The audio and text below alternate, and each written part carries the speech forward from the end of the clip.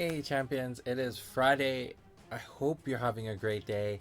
What are your plans for the weekend? Are you playing Genesis this weekend? Are you playing it at your local game store or with family and friends? I know that the kitchen table TCG bundle with Compete Sport, a lot of them have been delivered. I've seen some photos of people opening up their boxes or sitting down at the table and playing a game. The game mat looks cool. I saw a comment, someone said that it looks like, at first glance, like just scanning through, they thought it looked like a pizza. And you know what? I see that. I see that. It was definitely an interesting artwork. I love the feel of it though. It has that classic D&D kind of paper map feel to it. So there's parts about it that I really, really love. I don't have a copy myself. And Louis, if you're watching this, how do I get a copy? Because I want a copy of that mat. But that happened. Also, Decks and Drafts put out a video yesterday. I'll leave a link for that. They did a box opening and talking about community stuff. More dedicated to Flesh and Blood. But it was a great conversation about how to deal with events. And it gave me some ideas of what I can do as a publisher, as a game designer, what we could be doing to help facilitate those conversations. So if you want a good, serious conversation about something beyond the scope of the game itself, but more about the community, go check out that video. It was great. But if you want to see some gameplay videos and lessons learned in an actual competitive scene, Ben put out a video about his gameplay against Darren and lessons learned on navigating the board, how powerful a Guardian Balance can actually be. So go check out that video. And then Heads or Tails also put out a video last night. Gameplay between Steveo and an up-and-comer in his community. And just how to approach deck design and competitive space. I'll be honest, I haven't been able to see that full video because it's hard for me to watch things at 1x speed on YouTube. I watch everything on 2x speed. So I had to wait till the live stream was done. Now it's done. I can go back and watch it. I also know May the Zoo Be With You put out a podcast today. I haven't gone to see it, so I don't know what that's about. But great group of guys. So if you want to just learn more about Flesh and Blood, maybe they must mention Genesis. I don't know yet. But I always love watching their content. So go support them. That's the big thing. Support the content creators. It's not a lot on your plate to just click the like button. It doesn't change your playlist. Doesn't change what's recommended for you. And if you do like their content, subscribe to their channel. It's very important that we do that. So that's all there. I'll leave links to all these videos below, and you can go check them out whenever you have time. Also, I was scrolling through Facebook today and I saw this and I thought it was hilarious. It's a post up on the official Facebook group. I know that bright lights, but let me read what it said. Me, any advice for new players? Core, yes. Never miss an opportunity to draw extra cards by killing something. And never miss a Sunday evening of casual play on TTS. Me, can you put the purple flames down while I'm interviewing you? Core, I can. But I don't think you would like it. It just made me laugh so much. So Steven, great post. I really enjoyed that one. Okay. So that's all the updates I have for you today. Other content for you to go check out. We've talked enough about the reprint and Origins being delayed. Oh, there is going to be some exciting news dropping next week. We just want to formalize it first, but I'm giving you that spoiler right now. All right, so what we're talking about today, we're going to be talking about Angel's Embrace. This is a sleeper card. I don't think a lot of people are paying attention to this one and overlook it quite a bit because of how healing has gone in other games. So let's first talk about this artwork done by Philip. Absolutely amazing. I know. So this was, again, it was also an artwork that I think was a sleeper artwork. When it first launched, and welcome to Jaelara, not a lot of people took the time to embrace this card, pun intended. So I think a lot of people skipped over it. Now I'm watching a lot of YouTubers open up their booster packs, come to this card, and actually stop. And it's like, Oh, this is a very pretty piece of artwork. So it's interesting for me that that shift has occurred. All right, let's figure out what this card does. So, Angel's Embrace. You're at 5 chi, Bellum only. Holy Spell. Action, heal 4, 10 aura. You gain 4 health. Simple. Not a whole lot behind it.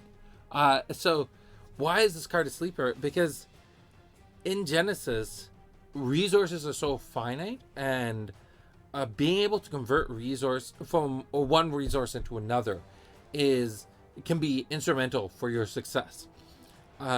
This is, and when we talk about that, you have to realize that everything that you have is a resource of sorts. Your health is a resource, your timeline is a resource, aura and cards in hand. All those are different resources that you can tap in to do powerful things.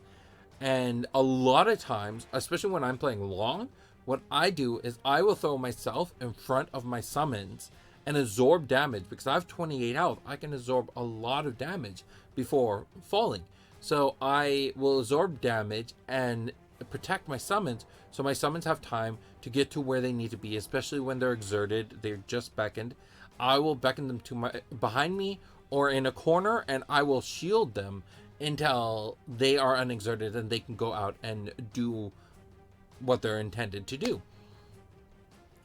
So if health is a resource, then what you're doing is you're converting 10 aura into 4 health. That's 2.5 aura for 1 health. There's no card that gives you a better conversion rate. If you look at Rejuvenating Springs, you're looking at 12 aura, 3 energy for 3 health. That's a lot. That's 4 aura and 1 energy per health. If you're looking at a Jaelara Waters, that's 10 aura for 2 health. You're paying 5 aura for 1 health. Those conversions are not great. This one has a really, really great aura to health conversion. Now, what you also have to factor in is the chi cost, right? You're paying 6 chi, which now you're converting as 1.25, if my math's right.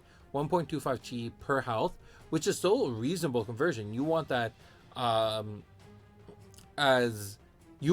favored towards the chi side as much as possible. So like 4 chi for 2 health, you're paying 2 chi for you're paying 2 chi for 1 health, and that's an interesting conversion rate. So when you put all these things together, Angel Embrace is not an easy card to get into your deck, but once you're in gameplay, it becomes an extremely powerful card. The math behind it is just very favorable. It is action speed, which does hold it back a little bit.